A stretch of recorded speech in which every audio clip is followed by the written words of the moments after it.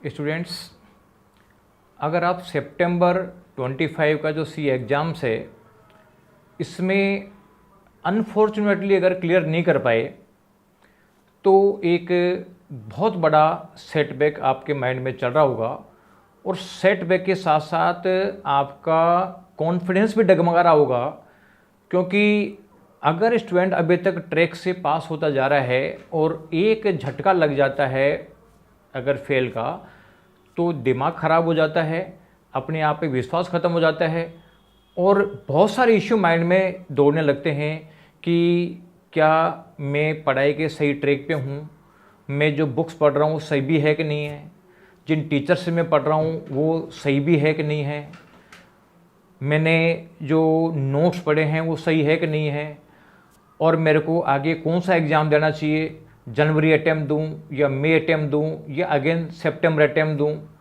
एक ग्रुप के एग्ज़ाम दूं या बोथ ग्रुप के एग्ज़ाम दूं। तो ऐसे बहुत सारे इश्यूज आप लोगों के माइंड में चल रहे होंगे।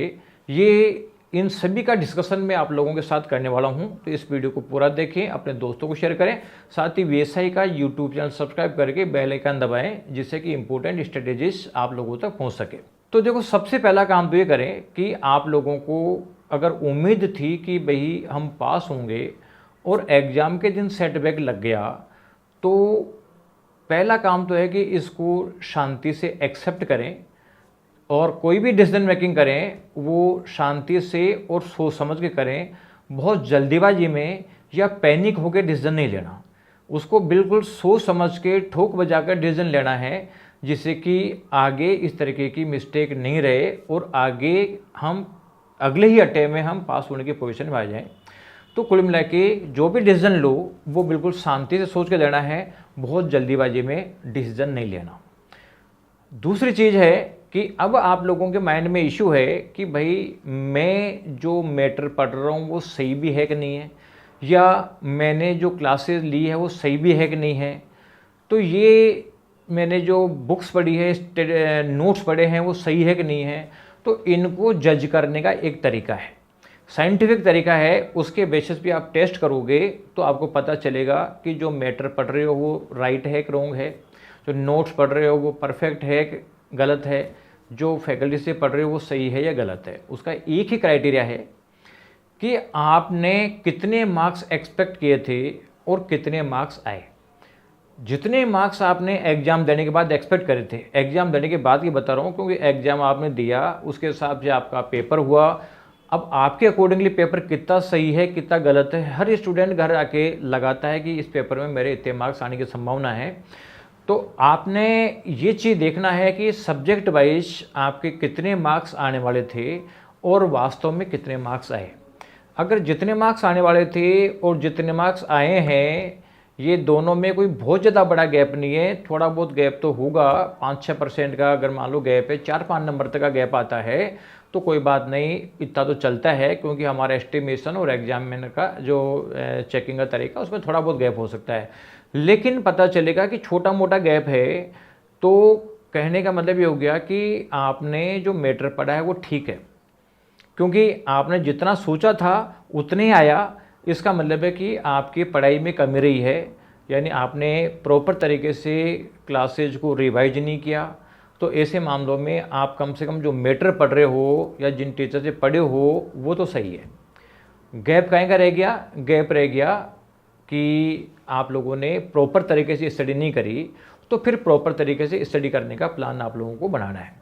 जैसे मान लीजिए आप लोगों को लगा कि हाँ साहब मेरे तो ये सब्जेक्ट वाइज आपने पता किया है कि मेरे 300 मार्क्स आने वाले थे और मान लीजिए 300 के बजाय 290 आ गए, 280 आ गए, तो वहाँ तक तो ठीक है कि जितना 10-20 नंबर का गैप आ जाता है कई बार, तो इसका मतलब मैटर में कोई कमी नहीं है। तो आपको मैटर चेंज करने की ज़रूरत नहीं है, क्लासेस चेंज करने की ज़रूरत नहीं है, और आप आराम से शांति से मतलब जो है अगली बार पूरा फुल प्रूफ प्लान बनाएं और पूरा प्लान बनाकर एग्ज़ाम से पहले 4-5 बार रिवीजन कर दें और 4-5 बार ढंग से रिवाइज करके और फिर एग्ज़ाम दें। तो इसका मतलब है कि एग्ज़ाम पास होने की पूरी पॉसिबिलिटी है।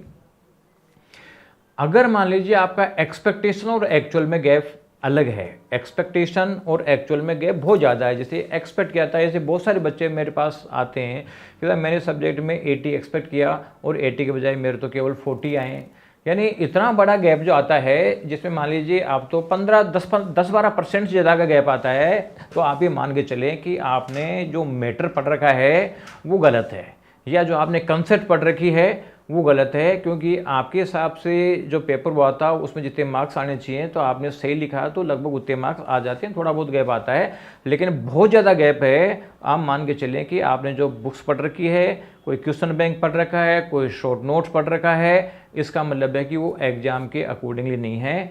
क्योंकि प्रॉब्लम क्या है कि आईसीएआई प्रैक्टिकल सब्जेक्ट में तो मार्क्स जब देती है जब स्टेप्स आईसीएआई के हिसाब से मैच कर रही है, और थ्योरेटिकल सब्जेक्ट में मार्क्स जब देती है जब आईसीएआई की लैंग्वेज मैच कर रही है। तो अगर आप लोगों ने शॉर्ट नोट्स पढ़े हैं, शॉर्ट नोट्स पढ़ के और आपने एग्जाम दिया है, तो इसका मतलब है कि वो लैंग्वेज आईसीएआई से मैच नहीं हुई होगी, इसका मतलब है कि वो मैटर आपका बेकार है। और अगर मान लीजिए आपने क्वेश्चंस बैंक्स पढ़ के दिया है और आपके मार्क्स एक्सपेक्टेशन के अकॉर्डिंग नहीं आए, इसका मतलब जो स्टेप्स चाहिए है वो स्टेप्स मिस करके उनको प्रैक्टिकल क्वेश्चंस को इजी बनाया हुआ है, और इजी बनाया हुआ है तो उससे भी मार्क्स नहीं आने हैं। तो इसका मतलब है कि आपको रिकन्सिडर करना है अपने मटेरियल पे। और देखो मटेरियल पे आप एक बार गलत मटेरियल अगर यूज कर रहे हो और गलत फंस गए, तो सीधी सी बात है, एक ही चीज़ है आईसीएआई का स्टडी मटेरियल। आईसीएआई का स्टडी मटेरियल का मतलब है कि वो आप लोगों को मिलता है, आप बाज़ार से मतलब लेने की ज़रूरत नहीं है। आईसीएआई की वेबसाइट से डाउनलोड करके उसका प्रिंट करा के उससे पढ़ाई कर सकते हैं। तो अगर मान लीजिए आपका एक्सपेक्टेशन में बहुत ज़्यादा गैप आ रहा है, तो मैटर को छोड़ दो, इग्नोर कर दो, और आप आईसीएआई के स्टडी मटेरियल पे लग जाओ। आईसीएआई के स्टडी मटेरियल से स्टडी करो, जब जाके आपको सही मैटर लगेगा। क्योंकि देखो आजकल कॉमर्शलाइजेशन का ज़माना है, सबको पैसा चाहिए, और इस पैसे के चक्कर में लोग इतने पाप कर जाते हैं कि लोगों की ज़िंदगी से खेल जाते हैं। आपका तो केवल करियर ही ख़राब हुआ है, लोग तो मर्डर तक कर देते हैं पैसे के चक्कर में।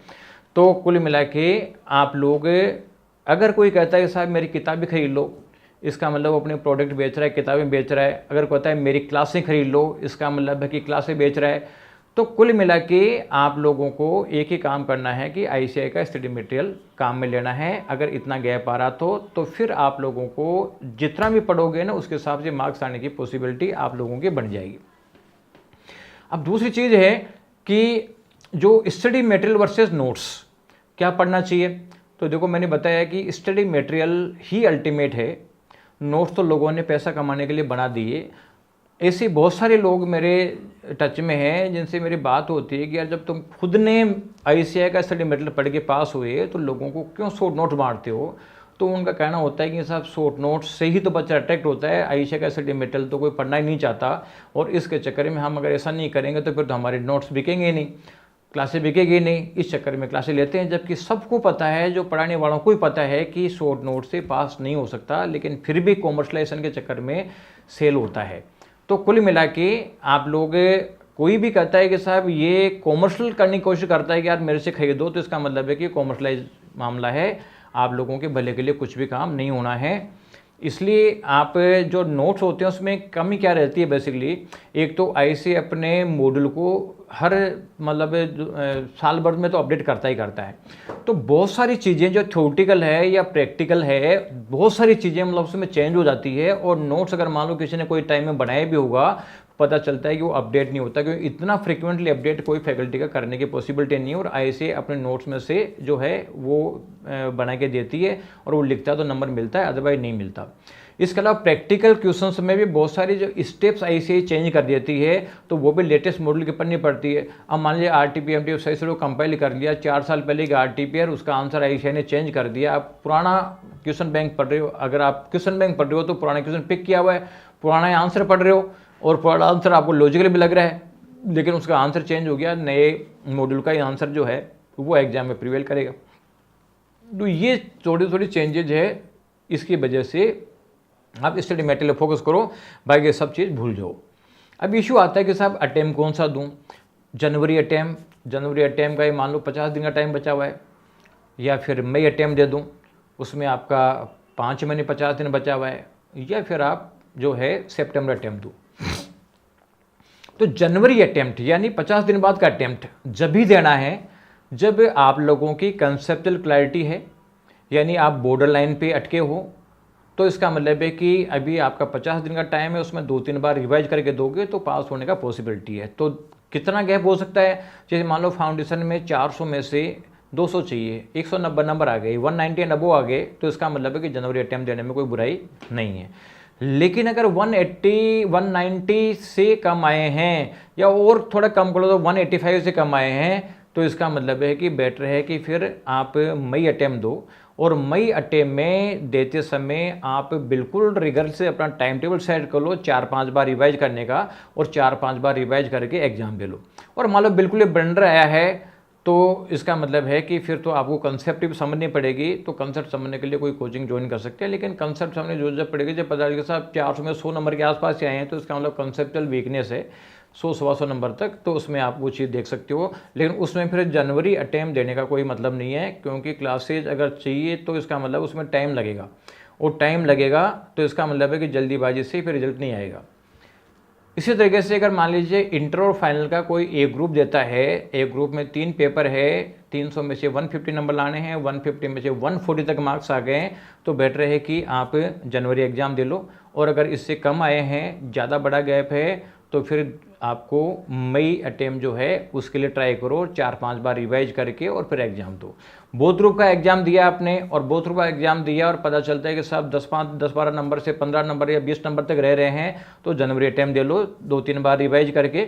और अगर मान लीजिए आपने दोनों ग्रुप दिया, एक ग्रुप में तो परफॉर्मेंस काफ़ी वीक है, एक ग्रुप में 10-5 नंबर कम पड़ रहे हैं, तो बेटर है कि एक ग्रुप छोड़ो, जिस ग्रुप में 10-5 नंबर कम पड़ रहे हैं उसको जनवरी अटेम्प्ट में दे लो। और अगर मान लीजिए गैप ही ज़्यादा है, तो इसका मतलब सिस्टमेटिक 6 महीने का प्लान करके उसका रिवीजन करके और फिर एग्ज़ाम देना है। तो कुल मिला के एग्ज़ाम बहुत जल्दीबाजी में नहीं देना। अगर जल्दीबाजी में देते हैं तो लूप में फंस जाते हैं। ये सीए की एग्ज़ाम है, इतना आसानी से होने वाली नहीं है, तो ये चीज़ थोड़ा ध्यान रखने की है।